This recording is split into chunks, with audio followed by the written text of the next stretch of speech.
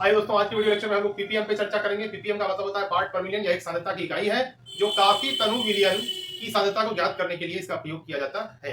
आइए देखते हैं आज का जो टॉपिक है वो है चौथा सांद्रता का इकाई पार्ट पर मिलियन। पार्ट्स पर मिलियन, इसे ही पीपीएम कहा जाता है। सबसे पहले इसका हम लोग सूत्र लिखेंगे। पीपीएम का जो सूत्र होता है, यहाँ पर विलय की मात्रा बटा विलयन की मात्रा और गुणे 10 का पावर 6। तो परिभाषा हम लोग पार्ट पर मिलियन की लिख सकते हैं कि किसी विलयन के प्रति 10 to the power 6 भाग में उपस्थित विलय की कुल मात्रा को उस विलयन का पीपीएम कहा जाता है।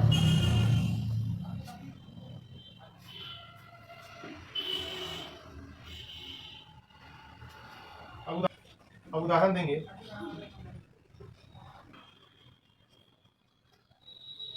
वायुमंडल में 5 ppm CO2 गैस। इसका अर्थ क्या होगा? देखिए, इसका मतलब है वायुमंडल के प्रति 10 to the power 6 ml हवा के आयतन में 5 ml CO2 गैस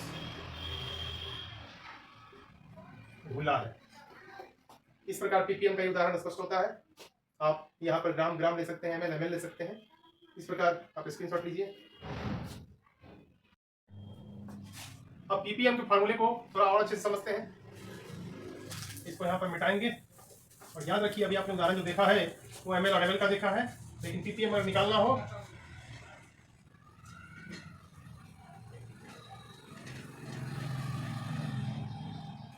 विलय की मात्रा के बदले हम लोग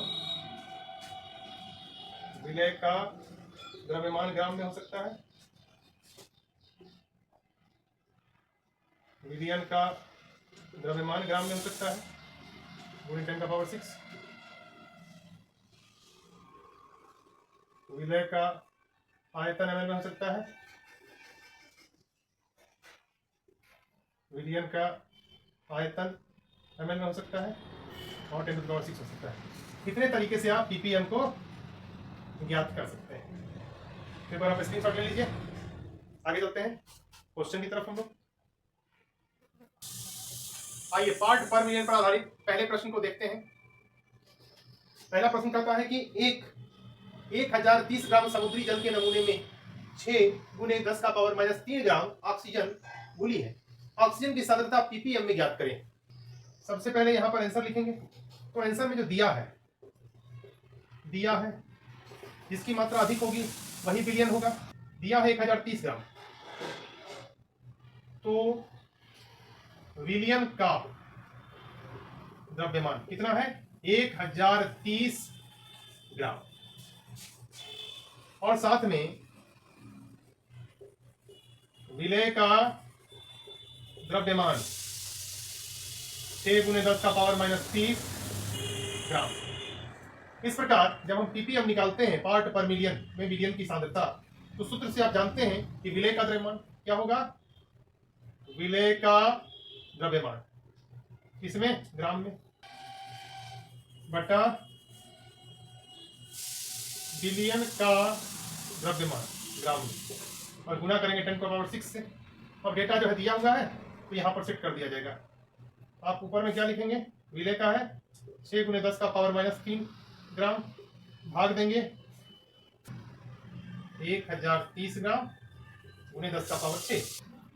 जब इसका कैलकुलेशन करते हैं तो लगभग हमको 5.82 ppm पार्ट पर मिलियन आंसर मिलेगा, जो यहाँ पर उत्तर से मिल रहा है। आप यहाँ स्क्रीनशॉट ले सकते हैं। आगे बढ़ते हैं हम लोग दूसरे प्रश्न की तरफ। आइए ppm पर आधारित प्रश्न संख्या 2 को समझते हैं। प्रश्न संख्या 2 कहता है यदि 15 ग्राम मिट्टी के नमूने में 98 माइक्रोग्राम कैल्शियम पाया जाता है तो ppm में कैल्शियम की सांद्रता क्या होगी। आइए सबसे पहले इसका आंसर करते हैं। यहाँ पर हम लोग लिखेंगे दिया है, प्रश्न को सावधानी पूर्वक पढ़ना है। 15 ग्राम मिट्टी के नमूने में 98 माइक्रोग्राम, देखिए 15 ग्राम बड़ा है और ये 98 माइक्रोग्राम क्या है, छोटा। तो यहाँ पर विलयन का द्रव्यमान कितना हो जाएगा, 15 ग्राम, और यहाँ पर विलय का द्रव्यमान कितना हो जाएगा, 98 माइक्रोग्राम, जिसे यूजी बोल सकते हैं। 1 माइक्रोग्राम का मतलब 10⁻⁻6 ग्राम होता है। इस तरीके से इसको ग्राम में बदलेंगे और फाइनली जो है ये क्या हो सकता है, 98 गुने 10⁻⁻6, और यहाँ पर ग्राम लिख देंगे। तो अब हम ppm आसानी से ज्ञात कर सकते हैं। अब ppm को ज्ञात करने के लिए सूत्र पता है, विलय का द्रव्यमान, तो यहाँ पर लिखेंगे विलय का द्रव्यमान ग्राम में बटा विलयन का द्रव्यमान वह भी ग्राम में इंटू 10 का पावर 6। अब दिए गए डेटा जो हमने यहाँ पे लिखा है उसको सेट करना है। अब विलय देखिए यहाँ लिखा हुआ है 98 गुने 10 का पावर -6 ग्राम, और इसको भाग देंगे 15 ग्राम से और इसको गुना करेंगे 10⁻6 से। इसको जब हम लोग कैंसिल करते हैं तो आप देखेंगे कि लगभग 6.53 ppm आता है, जिसे 6.5 ppm लिख सकते हैं। यहाँ 6.5 ppm आंसर है, स्क्रीनशॉट आप ले सकते हैं।